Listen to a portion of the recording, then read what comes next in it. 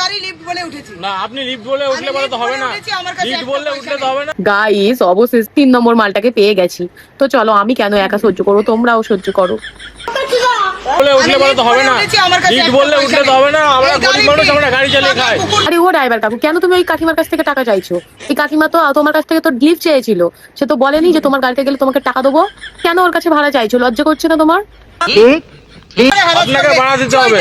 বলছি ও কাকিমা, তুমি ভাড়াটা দেবে না, তা সেটা তো তুমি নর্মাল ভাবে বলতে পারো, তুমি খেচে বলার কি আছে? বিশ্বাস করো, তোমার এই দাঁত খেঁচনে দেখে তোমাকে দেখে কি মনে হচ্ছে জানো? সেই কিরণমালার কটকটির মা প্যাকাটির মতো দেখতে লাগছে। তাই দয়া করে মুখটা বন্ধ করে তুমি নর্মাল ভাবে কথা বলো।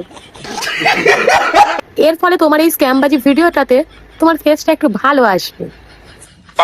গরিব মানুষ, আমরা গাড়ি চালিয়ে খাই, আপনাকে ভাড়া দিতে হবে। আরে কাকু দাঁড়াও না, এত তাড়াহুড়ো কেন করছো? এই কাকিমার পুরো নামটা একটু শুনতে দাও, দেখি কোন ফ্যামিলির এই কাকিমা। আপনাকে ভাড়া দিতে হবে। যারে চৈতালি পর্যন্তই শুনলাম, এর থেকে আর বেশি কিছু শুনতে পেলাম না। বলছি প্যাকাটি কাকিমা, তোমাকে দেখে তো ভদ্র বাড়ির বউ মনে হচ্ছে, তা তোমার বাড়ির লোক জানে যে রাস্তাঘাটে তুমি এইসব স্ক্যাম করে বেড়াচ্ছ, লোকের পিছন মেরে গাড়ি চেপে বেড়াচ্ছ? আমি শুধু ভাবছি যে এই প্যাকাটি কাকিমার ছেলে মেয়ের বন্ধু বান্ধবরা যদি এই ভিডিওগুলো দেখে যদি তাদেরকে বলে, তাদের তো ভাই লজ্জা তো পুরো একদম মাথা কাটা যাবে যে তার মা রাস্তাঘাটে এইসব লোকের পথ বেড়া স্ক্যাম করে বেড়াচ্ছে।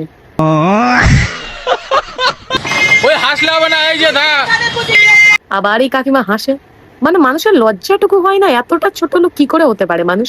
একটা মানুষের টাকা না দিয়ে চলে যাচ্ছে, আবার ছোট লোকের মতো হাসছে।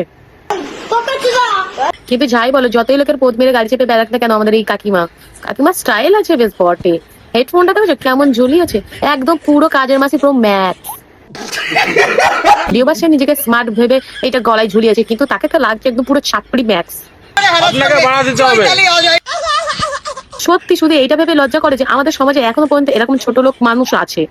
আসলে এইসব কাকিমার মতো মালেরা সকালবেলা ধূপধুনো দিয়ে ঘুম থেকে ওঠে শুধুমাত্র এটা চিন্তা ভাবনা করে ওঠে যে ঠাকুর আজকে যেন কারোর একটা পিছন মেরে খেতে পারি। দিতে হবে।